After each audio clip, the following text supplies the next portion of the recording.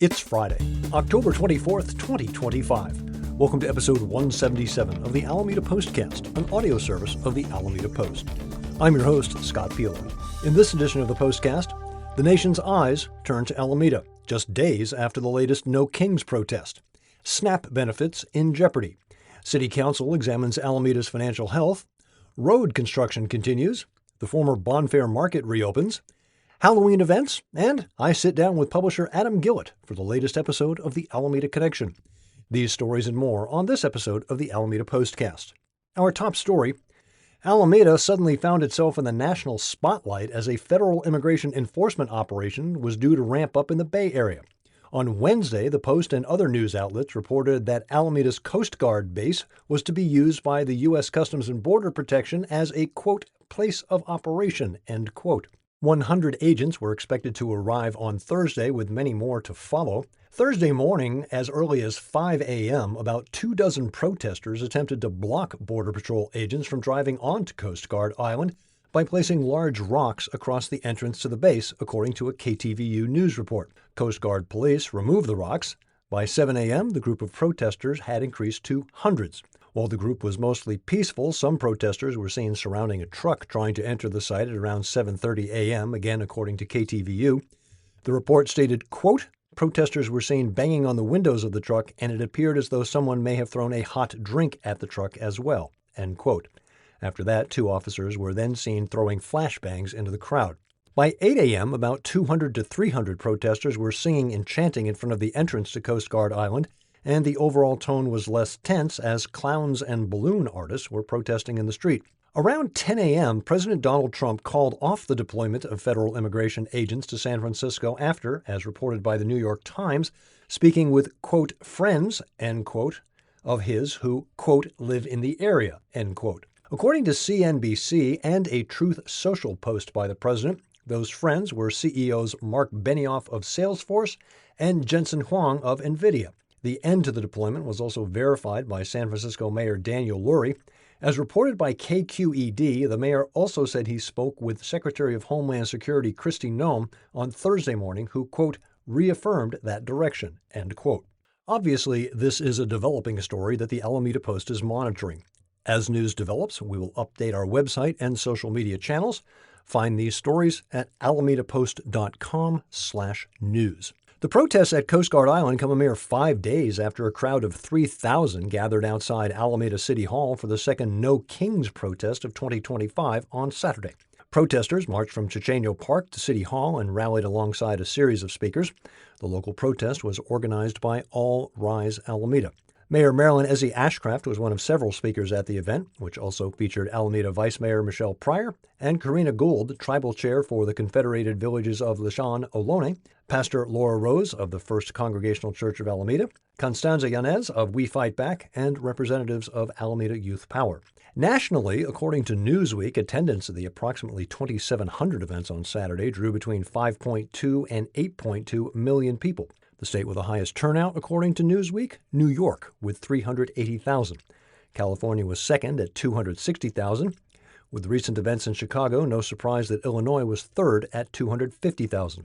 Per capita, Vermont had the highest attendance, with 1 in 23 Green Mountain Staters attending. You'll find Sindhu Anataval's coverage of the Alameda protest, along with pictures, at alamedapost.com/news.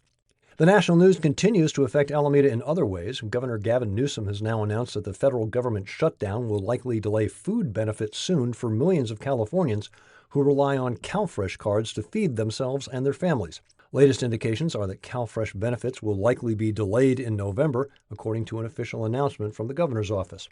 On Monday, October 20th, the California Department of Social Services issued an official notice to all county welfare directors, CalFresh program specialists, CalWorks program specialists, consortia representatives, and quality control program coordinators, notifying them of the possible halt. The notice stated, quote, on October 10, 2025, the United States Department of Agriculture, Food, and Nutrition Service issued a memo informing state agencies that currently available federal funds will not be sufficient to pay full November 2025 SNAP benefits nationwide, including the approximately 5.5 million Californians who currently receive SNAP benefits.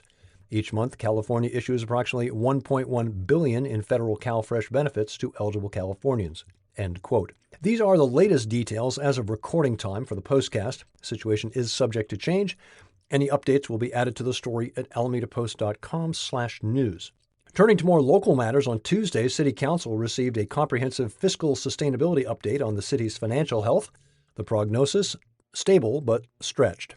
City staff, led by Communications and Legislative Affairs Officer Sarah Henry, Finance Director Ross McCarthy, and Budget Manager Ekaterina Burton, presented the update focusing on current financial condition, potential revenue measures, improving revenue collections, and a budget and financial accountability policy. McCarthy reported that the fiscal year 2025 to 2027 biennial budget remains balanced, with revenues covering 96.5% of ongoing expenses. The shortfall is offset by the residual fund balance. Reserves increased slightly due to stronger than expected one-time revenues. Transfer taxes exceeded projections by $2.7 million, attributed to higher than anticipated property transactions. Interest income rose $3.3 million, reflecting higher interest rates and strong cash balances. Property tax revenues were up by $1 million, signaling modest but positive growth. However, sales tax revenue declined 14.5%, a total of $1.6 million, primarily due to the departure of an unnamed major taxpayer and a slowdown in regional consumer spending. McCarthy also discussed the city's uncollected revenues, totaling approximately $1.4 million, including uncollected fire inspection fees, police fines, traffic mitigation fees, business license taxes, and other program-related charges. Sarah Henry reported that Alameda faces an estimated $800 million infrastructure gap, driven by deferred maintenance and needed disaster preparedness, sea level rise protection, and other capital improvements. City Council discussed policies to address budget issues, including a citizen oversight committee and potential bond measures. Council unanimously voted to include both infrastructure and public safety tax options in upcoming polling, and directed staff to proceed with developing enhanced collection processes and a formal budget accountability policy. In other business, Council unanimously approved an ordinance to regulate sidewalk vending. Key provisions include stationary vendors prohibited in residential zones but allowed in commercial areas and parks. Roaming vendors, such as ice cream carts, may operate in both residential and commercial areas. Hours of operation 7 to 10 in commercial zones and sunrise to sunset, or 8 a.m. to 8 p.m. in residential areas. There will be a special restriction on Thompson Avenue, aka Christmas Tree Lane, during December that will prohibit vending in public areas between 4 p.m. and 9 a.m. Vendor requirements include maintaining ADA clearance, avoiding blocking bike lanes and school drop-off areas, and complying with health and safety rules. Permits will require insurance, business and health permits, and seller licenses, with a $50 annual permit fee and a $119 minimum business license fee. Enforcement will primarily be complaint-based, with code officers patrolling daily for the first 2 weeks of Christmas Tree Lane to establish compliance. This ordinance does not apply to selling on private property, such as a lemonade stand in a driveway or a bake sale on school property. Full details in Karen Jensen's article at alamedapost.com/news.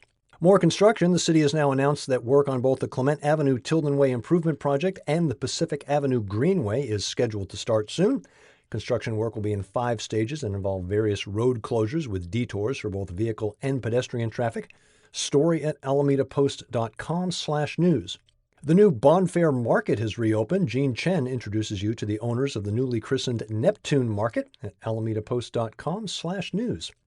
Spooky season in full swing in Alameda. Amanda Laird has rounded up the best events for all you guys and ghouls in her weekly all-around Alameda column. Check out her choices at alamedapost.com/Alameda-Life. Devastating end of the season for Alameda's Brian Wu and the Seattle Mariners as they lost a gut-wrenching Game 7 to the Toronto Blue Jays in the American League Championship Series. Brian's injuries limited him to 4.1 innings pitched of relief work with an ERA of 6.23. However, the Mariners are well positioned for next year, and I imagine we'll see Brian's name come next October. Hope you can join me this Sunday at 8 a.m. on KCSM HD2 for the latest episode of the Alameda Connection. This week, my guest is none other than Alameda Post founder and publisher Adam Gillett. If you can't catch the broadcast, the show will be available on demand from the KCSM website from the HD2 schedule page. A week later, available as a podcast from Apple, Amazon, and Spotify, as well as the Alameda Connection YouTube channel. Support local news for Alameda by heading to alamedapost.com/donate. We're on all the social media platforms, now including TikTok. Get the Postcast wherever you get your podcast, or tell your smart device to play the Alameda Postcast podcast. I'm Scott Peeler, back next Friday with episode 178 of the Alameda Postcast.